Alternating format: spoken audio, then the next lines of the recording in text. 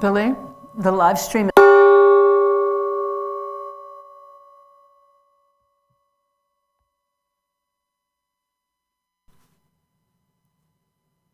What was that? Wait, you're just waving, or I'm on? Okay, we're on. Hi, everyone. Very small number, but very intimate, very sweet. Hello. I see some familiar faces, some dear ones whom I haven't seen in a while. Here come some more people. Sophie, I received your message. Thank you. Yeah.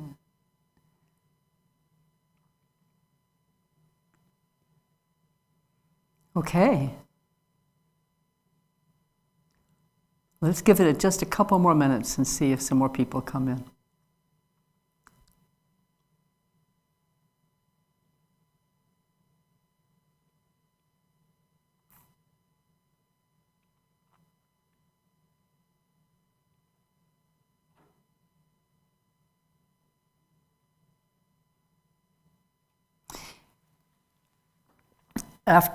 Billy, after the initial greetings that some people are exchanging, would you turn off the chat, please?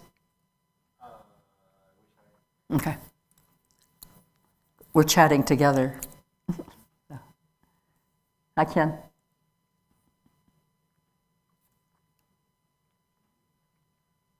Hi, Mark. Hi, Molly. Hi, Misha Bear Woman. Albert, hello. Rosemary's iPhone, hello. And Isabel, hello. Amelia, hello. And then there's the one that says, GBI Buddha Stream, I guess that's us. Yep. Yeah, okay. And GBI staff, who's that?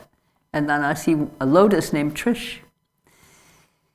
And there's few more people coming in. So let's just get started, shall we? You ready? So this is conversation, or whatever we want to call it. This is a chance to just be here together consciously and intentionally, and heart to heart, mind to mind. And the kind of communication that I have in mind is just that, heart to heart, mind to mind. I invite each one of us, and I might participate or I might lead it, I don't know, let's see what happens. It's all the same to me, it's fine. But let's respond. Was everybody who's here now here this morning also? Yeah? Amelia, you? Yeah. Yeah, so the way we're going to do this, and I don't think Billy and I didn't discuss this part of it, but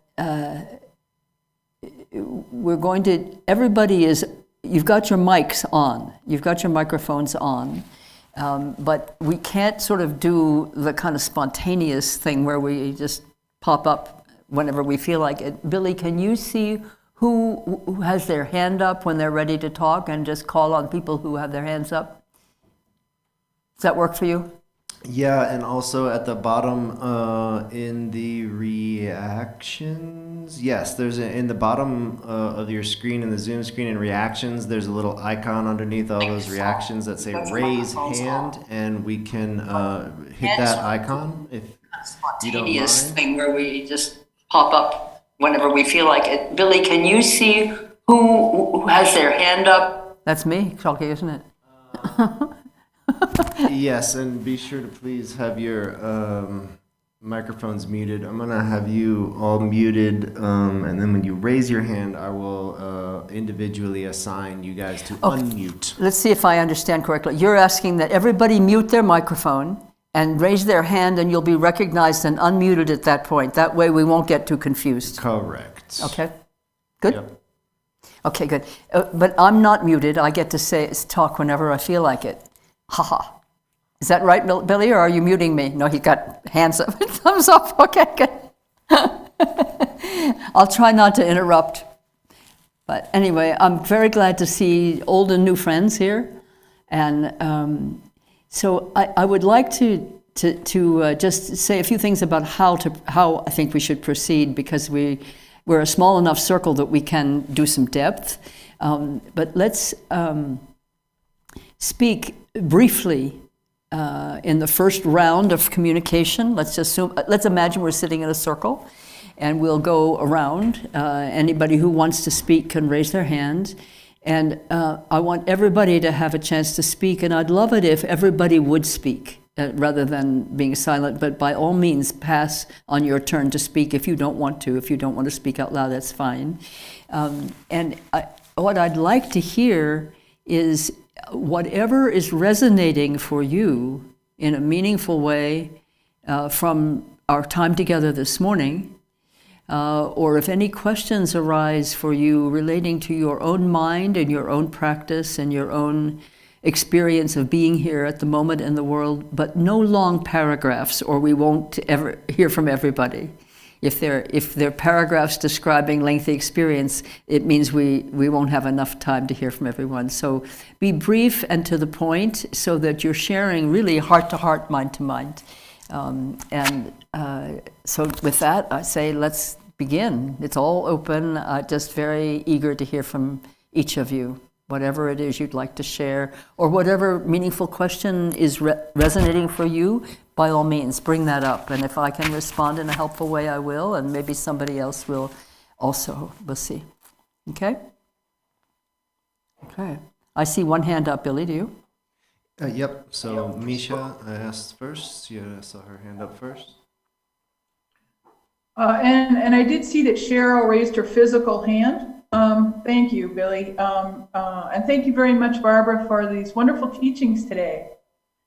My question is about my personal, one of the ways I do Tonglen practice. So I find that what most helps me practice Tonglen with bodhicitta, with a bodhisattva aspiration, is to think of the dukkha that I'm experiencing as non-personal, not personal. Part of that is because I have only a limited understanding of the workings of karma. So if I think of my dukkha as the fruition of karma, like particularly from a past life, then my mind just goes into self-blame, and this is punishment, and then I can't even practice with my own suffering, let alone dedicate it. So if I instead think of it as a legacy that I've inherited from the past, not defining the past, then that ameliorates that hindrance of self-blame. And then I'm able to take on the responsibility for it as a steward. And I'm able to dedicate my practice of alleviating that dukkha for the benefit of all beings. So my question is, would this be considered a skillful means, or is there some confusion in that somewhere? Would it be considered what? Or skillful means. Skillful means. Okay, a couple things as you were speaking. I'm hard of hearing, first of all, and so it's when the speech is kind of echoey, I can't understand some of the words. So I may not have gotten everything, but what I did hear, first of all, you said at one point you said you have such a hard time working with your own practice, and then you can't even dedicate. Dedicate is working with your own practice, your own suffering. Dedicating is the principal skillful means, actually. That comes first, actually. If we can think of it logically in terms of what I spoke of this morning, bodhicitta is what destroys self-grasping. Through bodhicitta, self-grasping is vanquished. And so when we dedicate our suffering for the liberation from suffering of all beings, we are generating bodhicitta authentically, and our self-grasping is diminishing in that very moment. That is skillful means right there. That's kind of the essence of skillful means. Yes? Does it make sense what I said? Yes.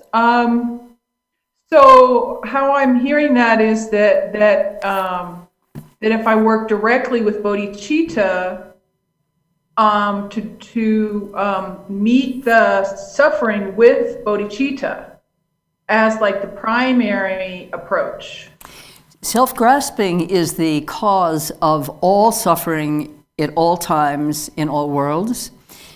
But the whole structure of cause and consequence of self-grasping collapses when you generate authentic bodhicitta, because there is then no self involved. Bodhicitta is a complete, absolute love and compassion. There is no self there. There's only love for all. And so the whole structure, the whole dynamic of karmic cause and consequence that brings great suffering is without any legs. Okay, thank you. I think I'm getting an insight that when I've thought of karma, it's reinforced my sense of self, so it's increased my self-grasping. So if I go directly to bodhicitta rather than thinking of using suffering as a karma thing, then it cuts the legs out. It cuts the legs out, yeah. But it doesn't change the fact that karma that has already been established in your consciousness, in your continuity of mind from the past, that will continue to require its own purification. We don't subvert, we can't get rid of the purification process, but the bodhicitta diminishes the self-grasping. Which is excellent. Excellent. It is excellent, isn't it? Excellent. It's excellent. I agree. Yeehaw! Good. That is true. Thank you. Now you got something to work with. Absolutely. Thank you very much. You're welcome. And it's the same answer to every question. So who wants to give us another question that I can give that answer to? Okay. Thank you very much, Misha.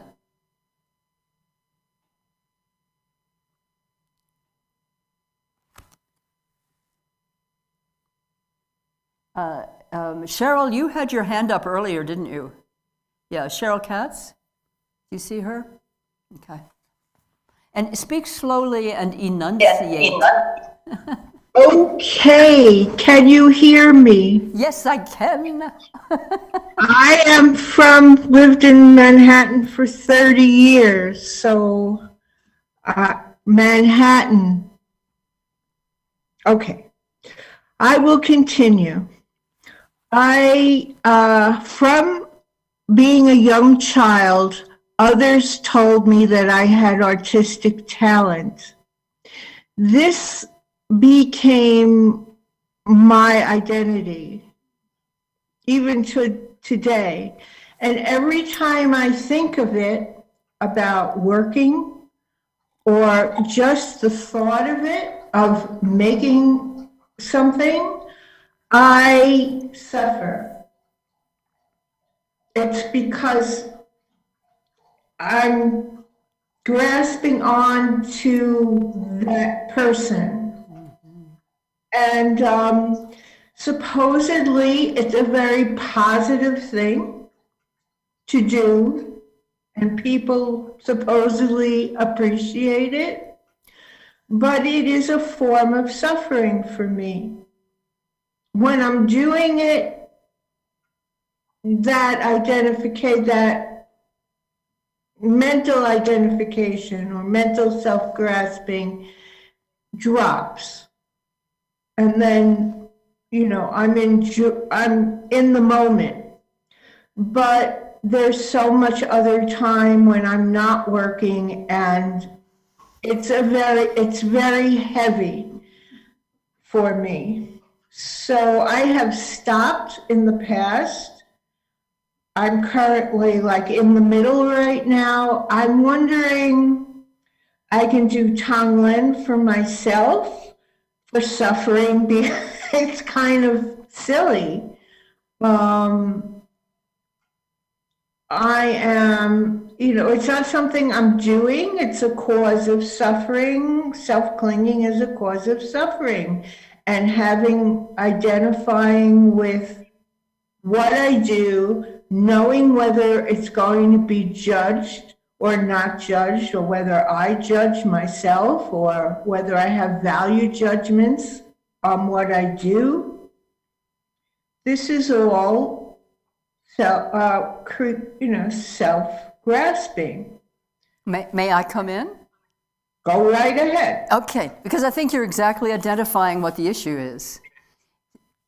There's an identity fixation that you describe as maybe having received initially from others for something that you in fact have a natural spontaneous joy in doing.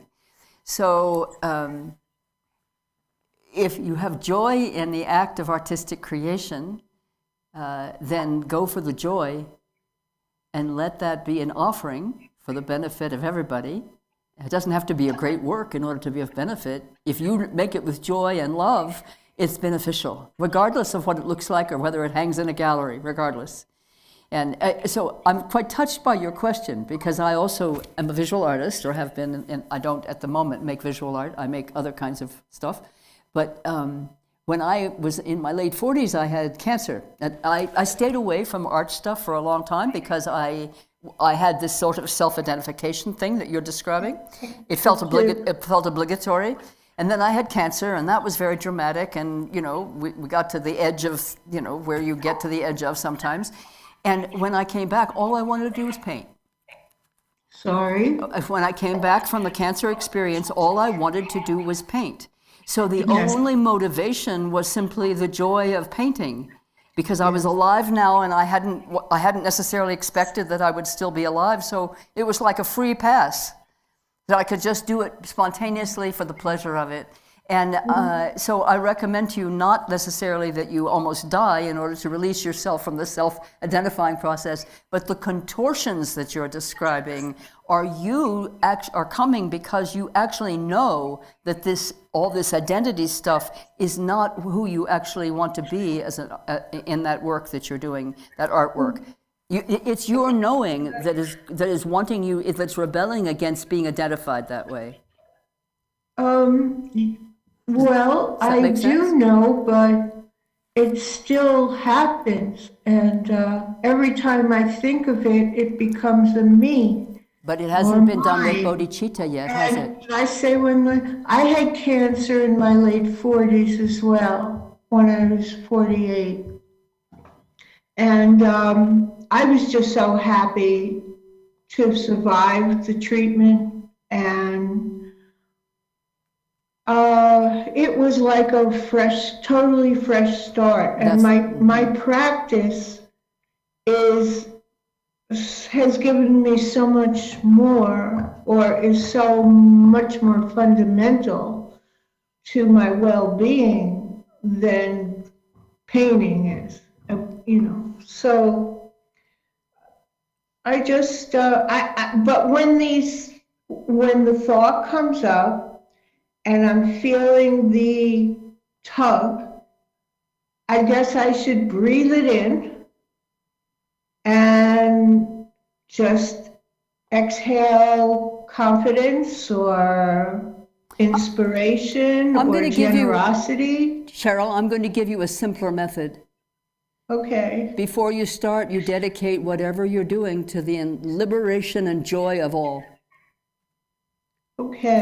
That's your practice. When you step into the studio or wherever it is you'd like to paint, you dedicate all your activity in that moment to the liberation of all beings from suffering and confusion, and then you paint in that context, and that's it. And you don't need to worry about your breath. Just breathe. Don't inhale the stuff you're painting with, but just breathe and have a nice time. I want you to experience the liberating effect of wishing for the liberation of others from the kind of suffering that you've experienced. Okay?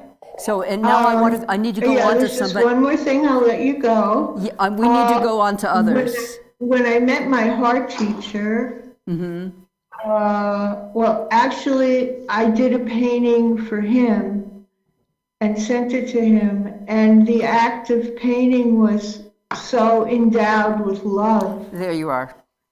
It's exactly it. You know exactly what I'm describing then. Okay? Yeah. Thank you. Okay. That was very interesting. Very interesting. But I want you to contemplate, and others as well, the point that I was making with Cheryl. Thank you, Cheryl. That when you find yourself really struggling with the perception, the clarity of perception that shows you that you're elaborating identities and you're stuck there, it's because you actually know that you are not those identities. It's your knowing that's creating the appearance of struggle. So just reflect on that and see what you find out. Okay? We had some other hands up. Who's next? I think Art is Art? first in line. Hi, Art. Hi, Barbara. Good to be here with you. Good to see you. I would like to have a suggestion of how to listen or watch the news. I'm How sorry. do you, Say it again. I didn't. How to listen or what to what? how to listen to the news or how to watch the news, Ah. whether it's on the radio or TV or on the computer when you read the news.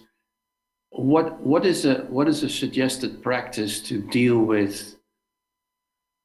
Because I get really involved and I don't know if it's really helpful, but I would like to be more helpful and not. Well, Yeah. I do different things at different times, Art. And what you're talking about is the war, right? Or other situations of great suffering, but specifically the war in Europe. So I'm doing different things at different times. I mean, I know people who are involved, so I'm wanting them to be well and to perform any actions that they're called to perform with altruistic intention. So I'm making those kinds of aspirations for those people. And I am very consciously, and this is for all of us to think about, I'm very consciously holding all sides of every conflict that on the planet, including Ukraine and Russia, as my beloved children, my beloved relatives, because in fact they are. The appearances, that are giving rise to war are fallacious. They are not of the absolute, they're of the relative, and so they will eventually end anyway. And there's a wonderful teaching that I met in a book one time. Somebody was talking about the impact of anger and hatred and making people want to be murderous and to kill others. And the teacher said, well, actually, you don't have to do that. It's just if there's somebody, wants to kill you, you can just point out to them they shouldn't waste their time or generate all that negativity because you're going to die anyway eventually. So the knowledge of impermanence and that the true nature of all beings is actually pristine, primordial purity. Even those who appear to be warmongers, or those who appear to be thieves, or those who appear to be bent on harming the environment, those beings are not different in absolute nature than a great Buddha. It's the same. Remember, sawa, sawa, same, same. So always hold in equanimity both sides of any conflict. They are not, one is not more important than the other. One may be causing harm, the other one may be experiencing harm, but karmically, that probably has been the reverse at another time. But that's not to say it doesn't matter. It matters terrifically, it matters crucially, but your love does not have to take sides. In fact, if your love takes sides, you've just joined the war, right? So that's really all I need to say about that. You know exactly what to do next, right? Well, not really, because What did you get from what I just said? Yeah, I understand that, and I don't have a problem with that. I don't have any bad feelings towards Putin or Russians in general. It's more that I noticed that I have more anxiety, and that's not helpful. So I am affected by the war and by my own history growing up from the Second World War, stories about that from my parents, and my family is there in Europe. And so it's not helpful for me to feel anxious. but I don't know what to do about it. Well, then because- don't follow the news in the way you're following the news. I can have the same reaction if I overdo it, if I get in, because I'm then getting involved personally in some way. So instead of watching the video, read the headline and don't read the article, right? And don't look at all the pictures. I look at some pictures so that I know what's happening, but I don't engage myself in any kind of way that's wasteful of my intention. If you have a good intention in following the news, when that intention is fulfilled, shut it down. Because some of what you're describing is overdoing, is simply oversaturation. You don't need to saturate. I mean, you may need to saturate in order to really feel something of what's happening to people you care about, but and presumably that's all. But if you oversaturate, it's usually because you're getting hooked. And as soon as you're hooked, you're on the line. You're caught. You don't want to get hooked. You want to be in you're observing as with an altruistic mind of compassionate concern and care for everyone. And strong prayers for peace. Strong, and we're going to do that at the end of the session list today. We'll do some of those prayers. The other thing that I really suggest for people, and this may be something of interest to many, there are some visualizations that I find very immediate and very powerful. For example, a dome over places that are being harmed, to places that are being bombed, for example. Put a dome over them, a protective dome of your love and concern for both the bombers and the bombed. Do you understand what I mean? Because the ones most in need of prayer are the ones who are acting out of hatred, right? They're the ones who need the help the most. So create that barrier that's coming from your own loving mind. Now, whether it really is going to stop a bomb, you and I will never know. But what you are doing is giving concrete, a specific expression to your compassionate care, and then disengage. Because we can't control outcomes in anything. You can't even control the outcome of a word you speak, much less a bomb that someone else drops. Yeah? So don't give up controlling the outcome and just control what you can, which is your motive, and give voice to the highest motive you can give voice to, and then let go. And then you can come back again the next day to see how things are. Okay? Thank you. Thanks, Art. Thanks for that very important question. Yeah. Okay, I see other hands up. Shall I call on people? I don't know what the order was. So if you look at the left of the right of your screen, there's an order there. I can't hear you, Billy. It looks like there's an order from top to bottom on the right of your screen there, and it looks like... C'est Monsieur Yvon. Yvonne. Hello. Hello. Can you hear me? There you are. Yes, thank you. Hello. Nice to see you. Lopon Barbara, thank you so much for precious teaching. And I really got to more. The more I listen to you, the more I like. And I really believe the words of Goshen Rinpoche when he said that. Yvon, lift your head a little higher so I can see your lips move. I'm hard of hearing. So I'll read your speech a little bit. I really believe the word of Goshen Rinpoche when he says that whatever he knows, you know, and that your mind is the same. I want to thank you for your fantastic book. You're very welcome. Thank you for reading my book. So very inspiring. Yeah. Now, do you know, though, that when Garcha Rinpoche says that, it's for all of us. It's true of us all. We're all of one mind with Garcha Rinpoche.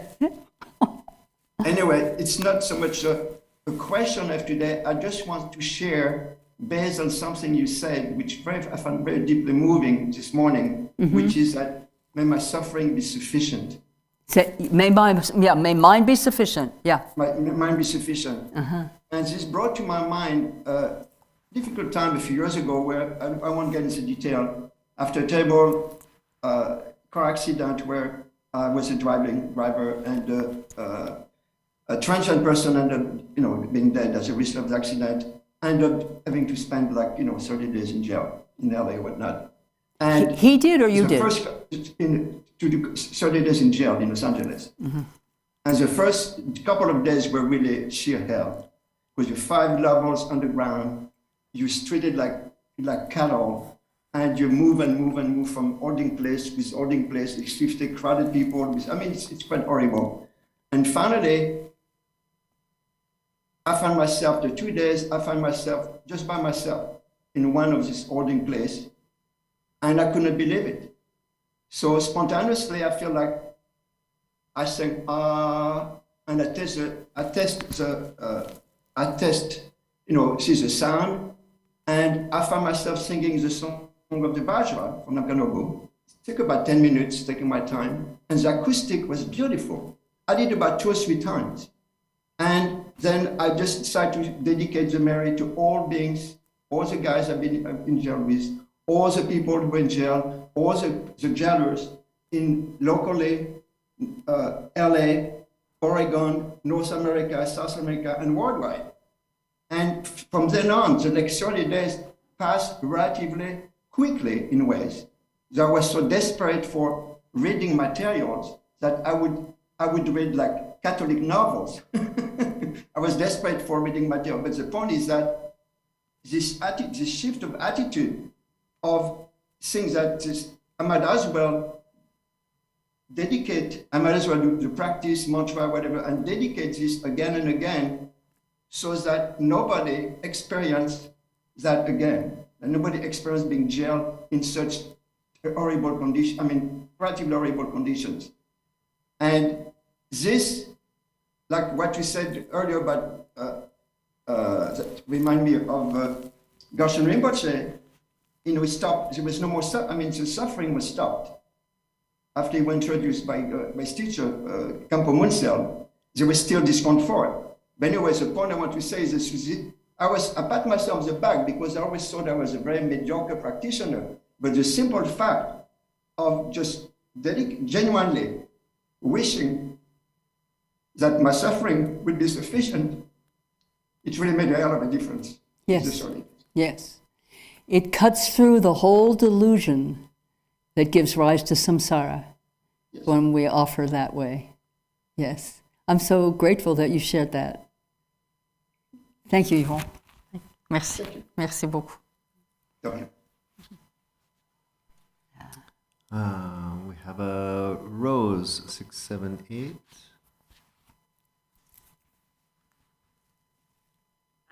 Thank you, Barbara. I'm not actually Rose, that just says that. I'm Samana. I'm sorry, I'm not able to hear you, understand your words.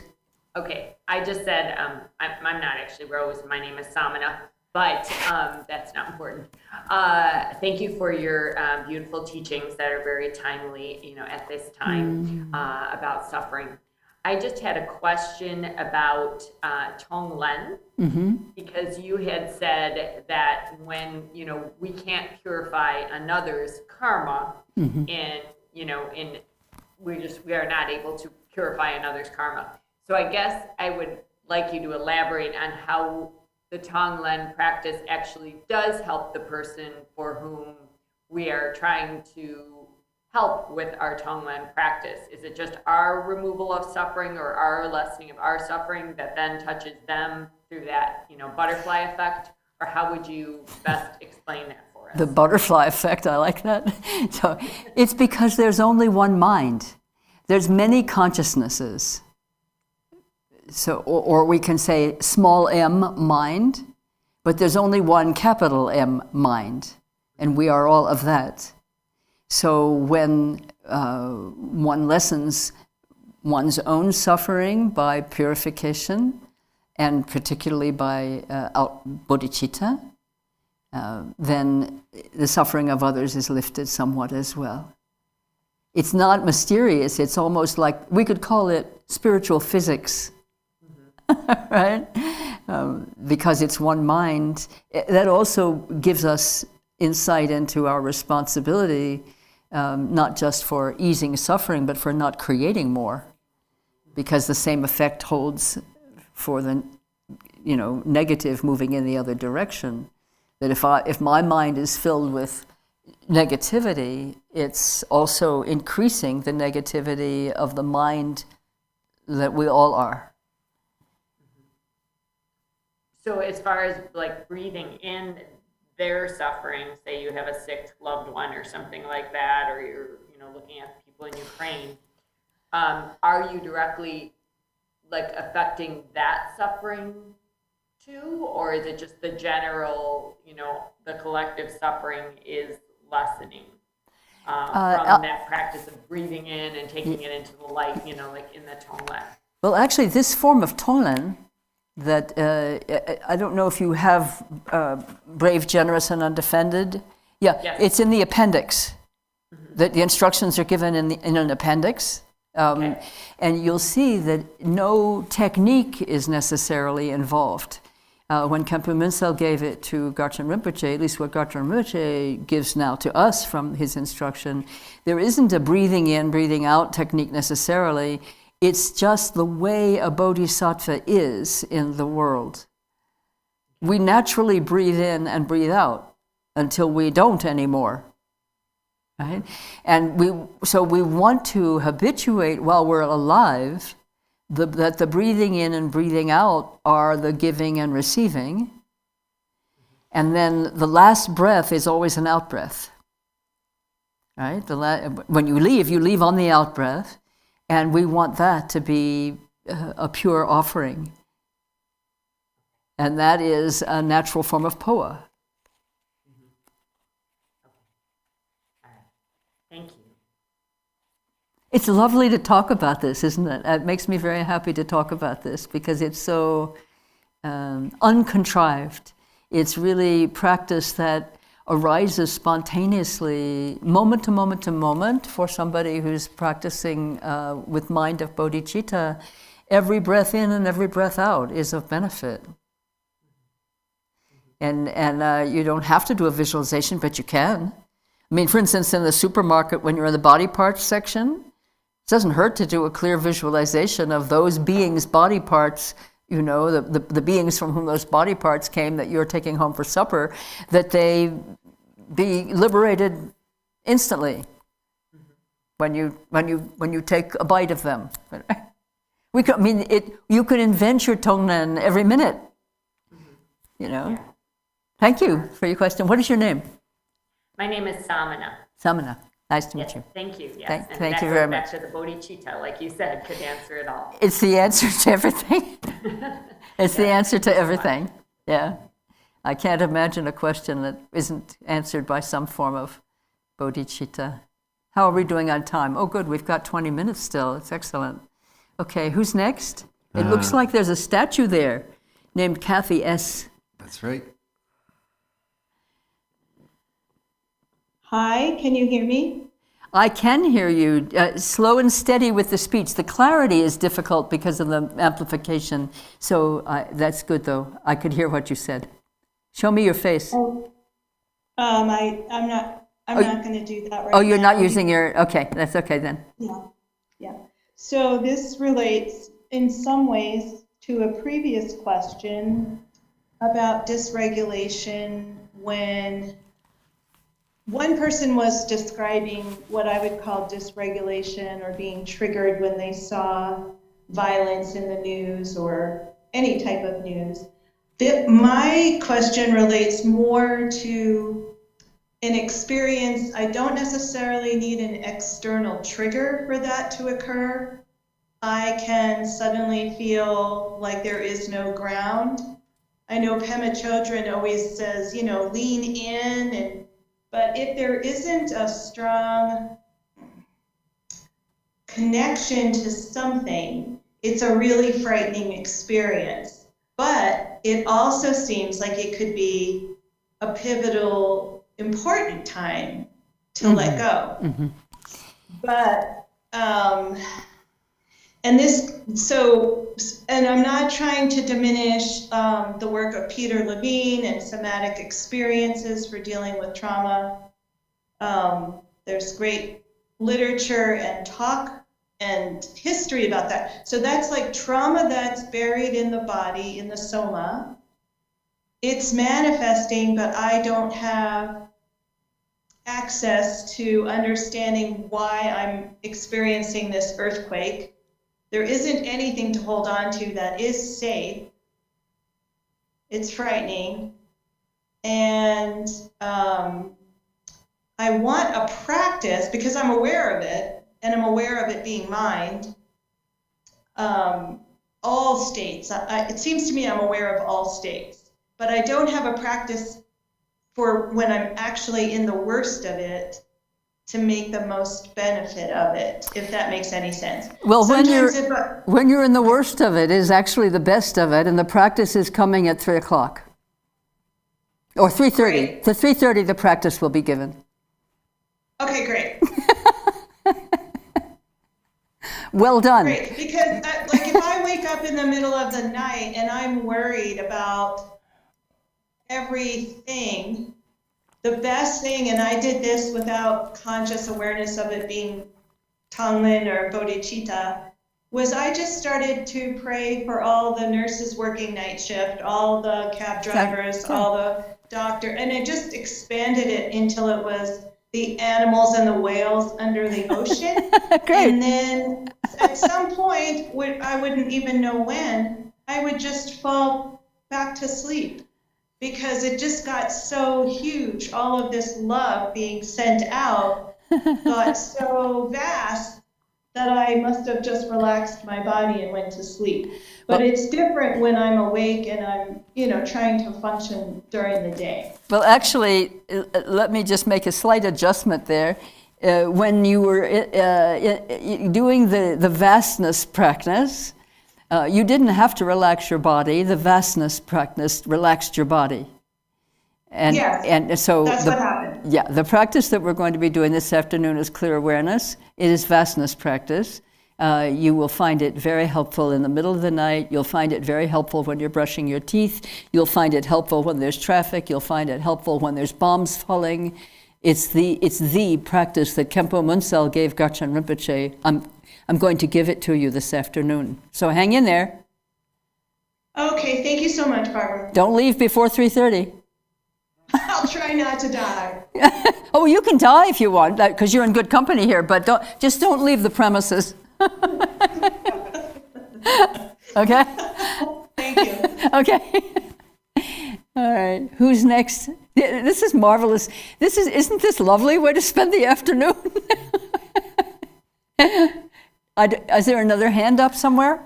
Yes, called Global Exploration. Say that again? Global Exploration. Mobile exploration? Global. Global exploration? Global. Global? Okay. Hello, can you hear me? Yeah. Oh, wait a minute. A question, a while ago, a question came up about whether this session is being recorded. And it was on the chat stream as it went by. I just happened to glance on the screen here. I believe it is being recorded. It's going to YouTube, Yeah, so that's recorded, yes. Yeah, okay. So that's for anybody who doesn't want to be identified or have their question on YouTube.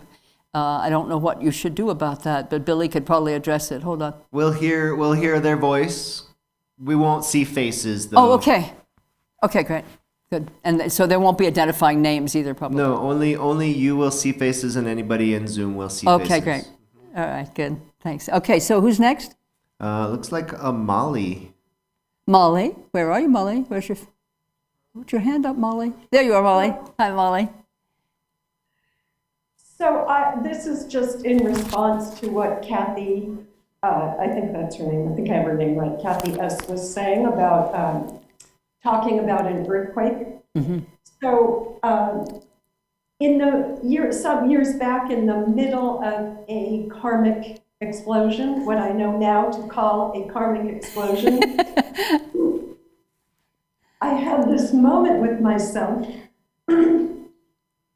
where I was asking the question, what would it feel like? Because I was being attacked in hatred. And it was very challenging. And I asked myself, what would it feel like to actually feel secure in the world in every cell of my body? And I literally laid myself down on my sofa and contemplated this question. And the earth literally moved. I live in Southern California, And at that exact moment, there was a very large earthquake, which sent me, I jumped up in fear.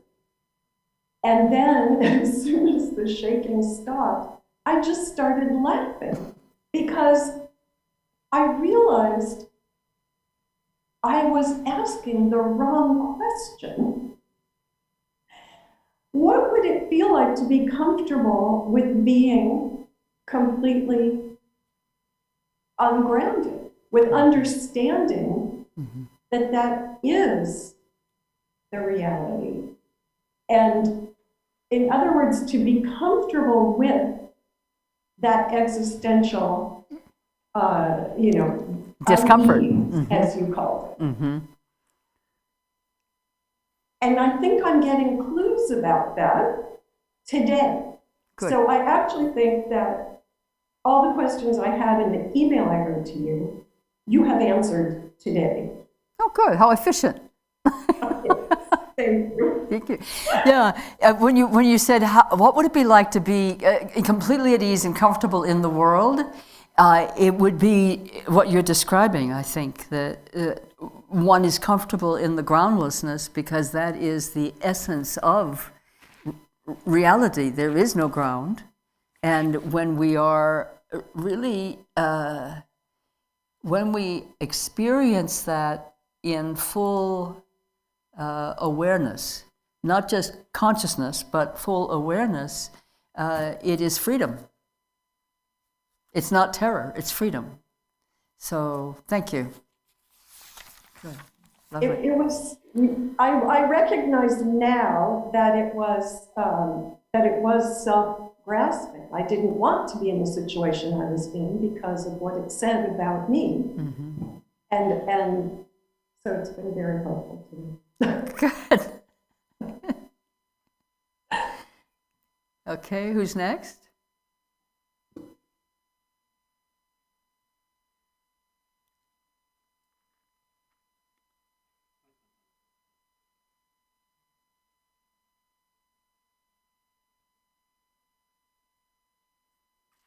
Is everybody satisfied?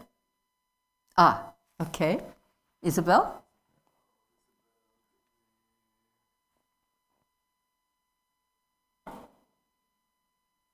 Oh, okay.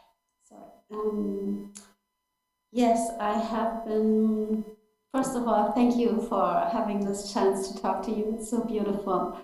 And I'm joining from Munich in Germany. Ah, great, thank you. Yeah. I have been bothered by the question you've been asking this morning about if we, in any moment of our life, actually put our main focus on the love for others. You put it in better words. You know what I mean? So the question is, say again, if... this morning you said you raised a question for all of us. Oh yes, right, that I asked you to reflect on whether or not, how was your bodhicitta? How is your condition of love for others? Is it at the center of your life? Yes. And I invited you to look at that. So you looked at that. Yes, I looked at it, and I'm bothered since then. You're bothered. I actually had a very tough time with it because there's a neighbor living under my apartment, and he's very, how can I say this politely? He behaves very harshly, and he's very unpolite in the sense of being very loud and noisy. And right in this, while you were still talking, and then during the break, he was actually for one whole hour shouting and yelling so strongly that I felt this anger and hatred, and it was in Russian too, which made it more difficult. Yeah, and I actually had. That's very funny, actually. mean, not only was he making a loud noise, but he was making a loud noise in Russian, so you were doubly offended, right? No, it's just that all of a sudden I had this war in my apartment because I was kind of like fighting against this. I just saw that my main focus was not that he's okay. Because, of course, in my heart, I thought, okay, he's yelling and shouting and screaming because he's feeling horrible too. But actually, there was more than that. There was hatred. There was hatred? Yeah, there was hatred. That it was not in the first place feeling love for him, but the hatred that he's just behaving. It was so hard to listen to somebody aggressive for 1 hour, and I felt so sad that I could not feel love, but hatred. Well, you know, I have to say, I mean, I can feel, compassion for your dilemma, but I'm having a hard time not laughing again. So, because here you are, you come out of this beautiful Dharma teaching, right, about bodhicitta, and I'm asking you to consider your bodhicitta, and immediately your challenger gets in your face, screams and everything in Russian, and you're having trouble about Russia, right? So it's perfect. You needed to see how your bodhicitta was, and he showed you. So now you bow to him, and you say, thank you. You showed me that my bodhicitta is not quite stable. Right? Mm-hmm. And then you laugh. Yeah. Right? Then you laugh. Because Yeah. your request to see your bodhicitta was immediately answered. Mm-hmm. The power of your supplication. True, but it's so frustrating to see that the main that the seed in my mind stream was hatred and not love. We have both. Mm. We have both. There was I don't know if any of you saw this or not. There was a young American woman who died recently. I forget how old she was, maybe 22, and she had a screen name called Nightbird with an E on the end. You might go to YouTube and look her up, Nightbird, Nightbirde. And she was very young. She had a very severe cancer for which she had only a 2% chance of survival, and she died. And the reason we know about her is that she appeared on one of those shows where you compete as a singer. I can't remember what show it was, but because I don't watch those, I don't have TV, so how would I know? But anyway, I saw her on YouTube. So before she died, she because she had this big platform, because she had been on that show, they gave her a chance to speak again, and she talked maybe a day or two before she died, and she said something that we should all pay attention to. She said, this isn't her language was very simple and very clear, and mine is a little more confused because it's not my speech, it's hers, but she said something like, it's all a part of life. You know, the love and the hate, the joy and the sorrow, you know, the cancer and the health, it's all life. And you choose. You choose where you're going to put your time and energy. You choose what you're going to live consciously. There's a brilliant 22-year-old, right? You're not much older than that, I assume, a little bit, but so yeah, but so, well, you know, I'm way up there compared to you. So you get to choose. Now, you've been shown very clearly. It was like looking in a mirror for you. How is my bodhicitta? Right, my bodhicitta sucks, right, in this moment. But you got the answer to your question. You got the mirror. Yeah. Well, remember that and this is for all of us to remember, all appearances are reflections of our minds. Mm-hmm. Everything we encounter, everything we see, everything we hear, everything we feel, everything we experience, it's a reflection of our own minds. So you can look at all experience either as it's attacking you or it's tripping you up or it's making you unhappy or uncomfortable, turn within, gaze within immediately to see your own mind. That's the value. So I can't feel sorry for you for a minute. I'm rejoicing for you. You have a great neighbor.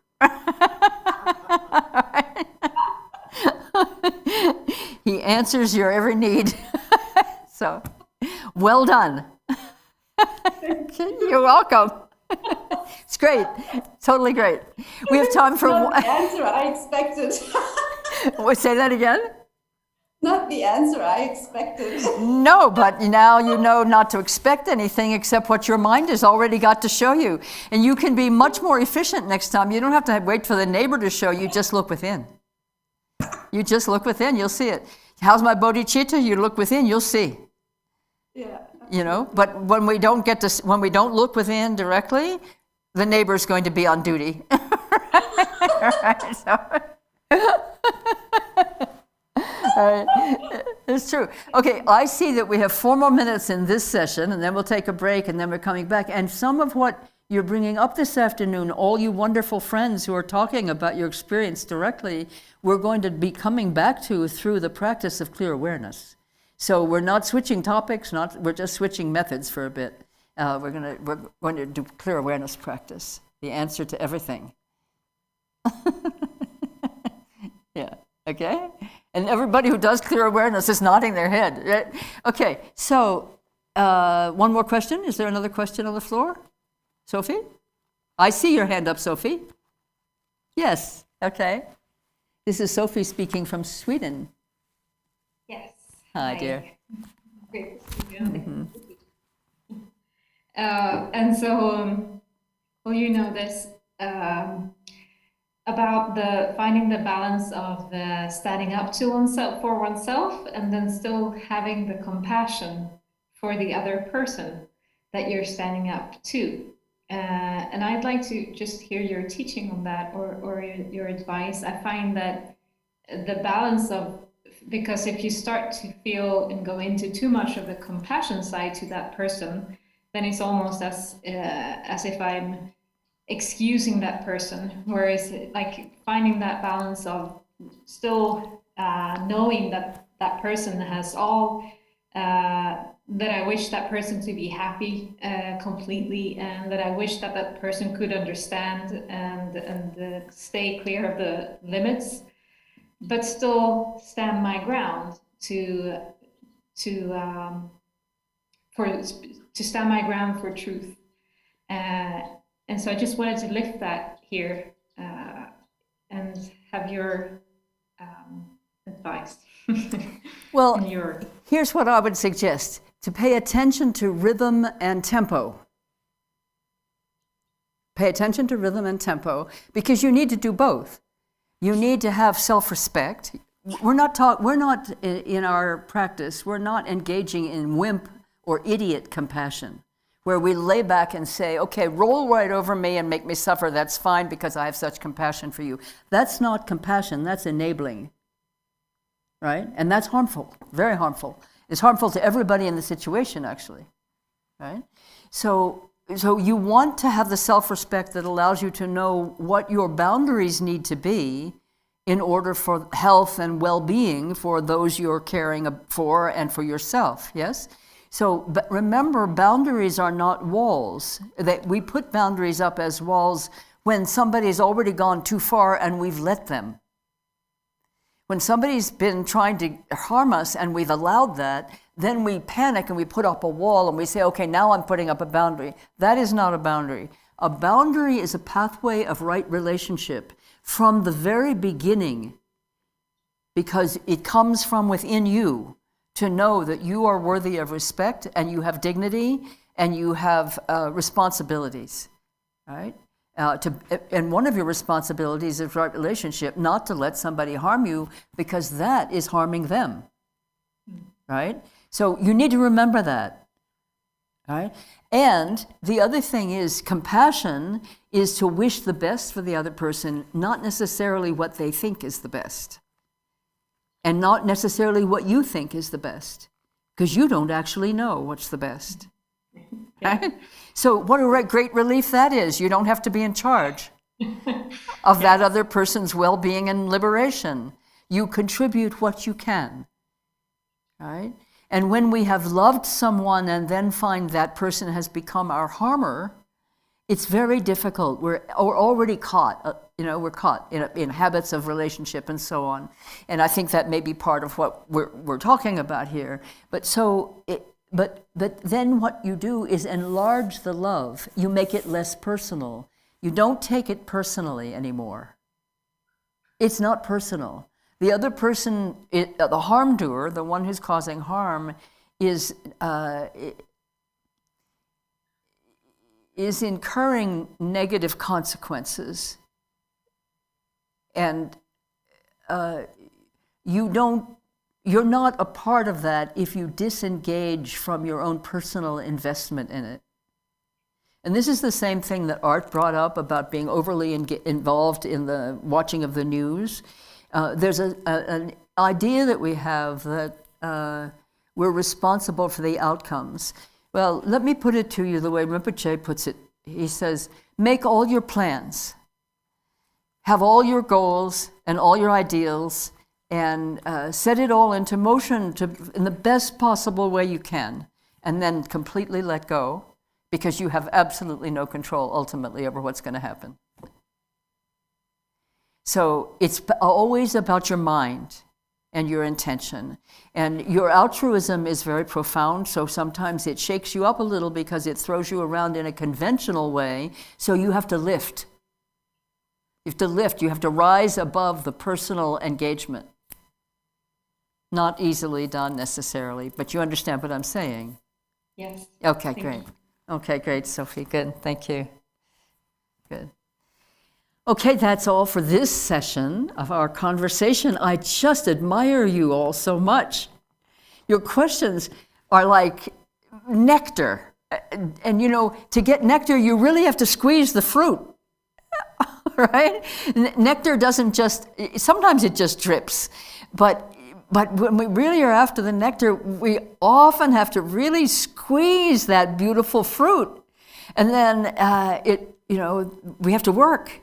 So then the nectar, we taste it. Oh yes, it's that simple, And then the next time we think, well, she said it was so simple. Oh yeah, right. She didn't say it was easy. Right? Not always easy, but always very simple. Let's go for the simple. Forget about the easy or the hard, okay? So let's take a break, and we'll come back, and then we're going to practice together, okay? Not that this is not practice. This also is practice, but we'll do clear awareness practice, okay? Yay for all of you. I am your admirer. Okay.